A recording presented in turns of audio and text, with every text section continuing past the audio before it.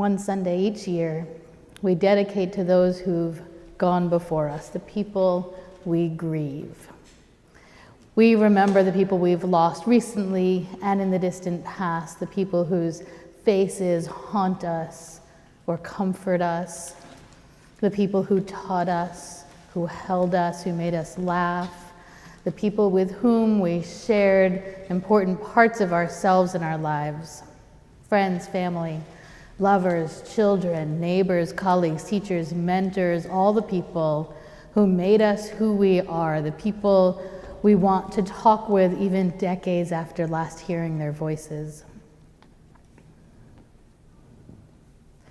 But on this Sunday, I thought, even as we hold those people and we grieve those lost faces, we are grieving and maybe we are holding something other than or in addition to all those people.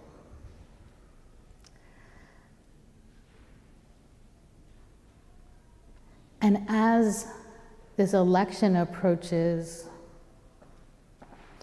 as we acknowledge that today is the last Sunday before whatever it is that's next. It is the last Sunday before a new world, which may look much like today's world, but we will have been changed, and it may look very different from today's world.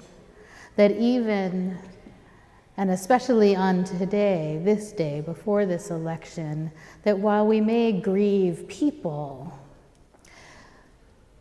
we also grieve a time that has passed. Often when we grieve individual loss, we grieve also a time we used to live in. I mean, maybe you miss a parent, but part of that missing is of being a child. Maybe you miss a best friend from college, but part of that missing is missing those years just before living in an adult world.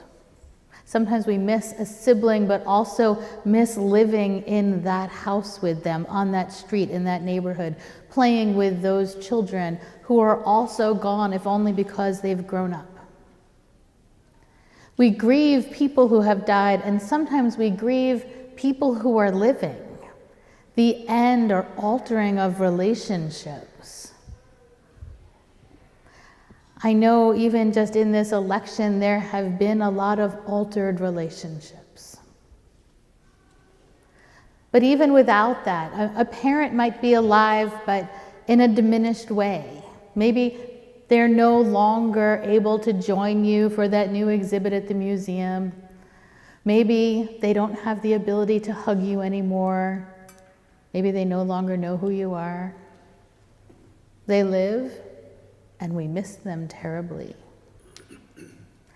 There are many ways to grieve the living. A child might be alive but no longer in our lives. Living in a state of estrangement is a whole different kind of grief, a liminal space that hardly allows for acknowledgement of the relationship in public, sometimes calling forth shame, regret, anger, longing for another time, something far, far away. Some of us grieve relationships that haven't even happened, being single when you want to be paired, living isolated when you want to be connected with neighbors, being lonely when you wish for more friends, being childless when your heart breaks from longing for children you never had.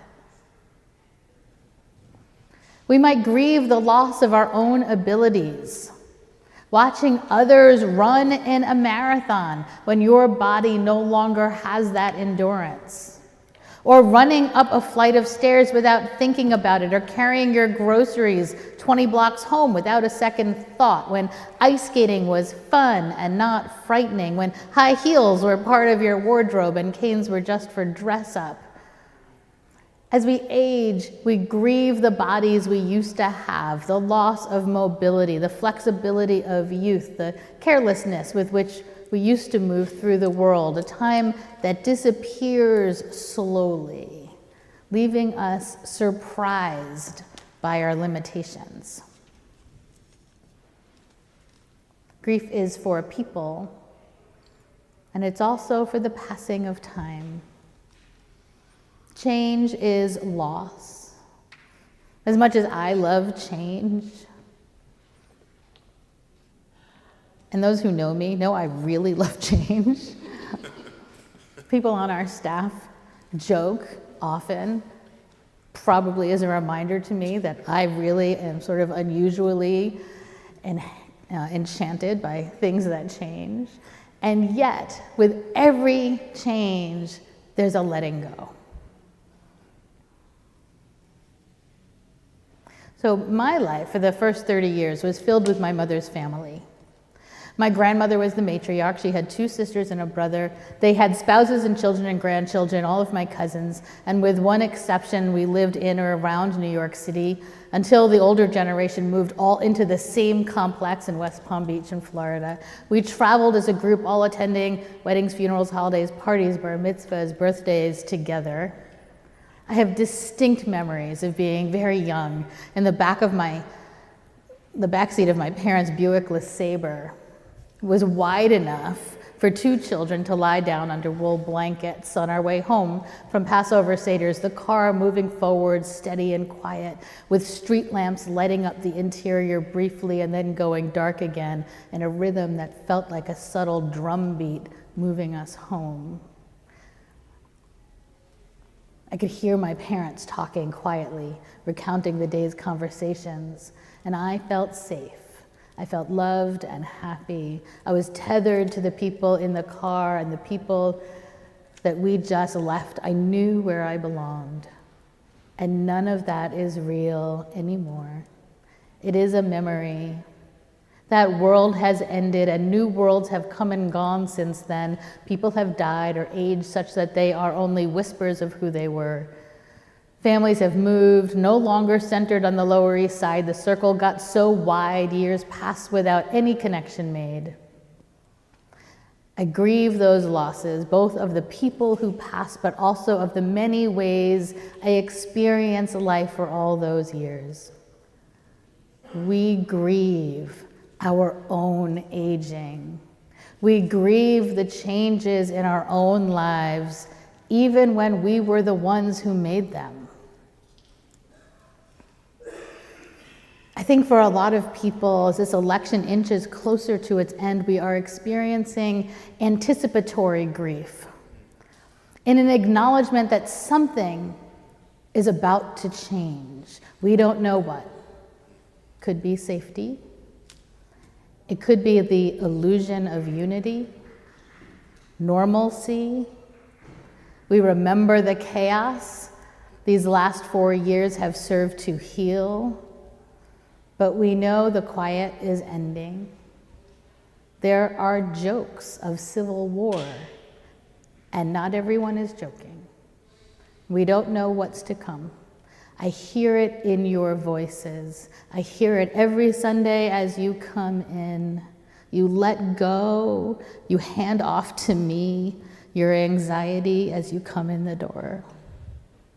We are grieving now for what we fear is next, what we might have to leave behind. Loss is part of the cycle of life. Grief might just be a visitor when we are young, but through the aging process, it becomes a more reliable companion. This doesn't mean we're sad. It means we are aware. It means we have loved. It means we have lived fully. And Earth is our teacher. The turning of October to November is marked by the falling leaves. As I wrote this sermon, there was a steady rain of oak and maple leaves, brown and light, floating on the wind, dropping to the grass, now buried several inches beneath a blanket of leaves. And that rain will go on for days, moving every leaf from branch to forest floor until the trees are bare and ready for winter. It's a natural letting go, an illustration of time passing, of preparing for what's next. It's gorgeous, even as each leaf comes to its end, even as those leaves will never again be what they were, but will become protection for tiny bugs and frogs and sleeping snakes. And eventually, those leaves will decay and become the mulch that feeds the very trees that once fed them. The process is life-giving, even as it includes the cycle of death. Everything moves from one way of being to another, from one series of relationships to others. Earth is demonstrating and offering beauty in the process, the letting go, the becoming something new, the healing and hope built into the movement, from moving from what it was into what it will become, that life becomes and moves into death and back into life. The grieving makes us softer. Our own woundedness, our own brokenness, our own longing and emptiness and sadness become our teachers, providing the lesson of compassion. Once your heart breaks, you can spot the broken heart in another, in all the others. We start to see broken hearts everywhere. We are changed by our grieving just as much as we are changed by joy.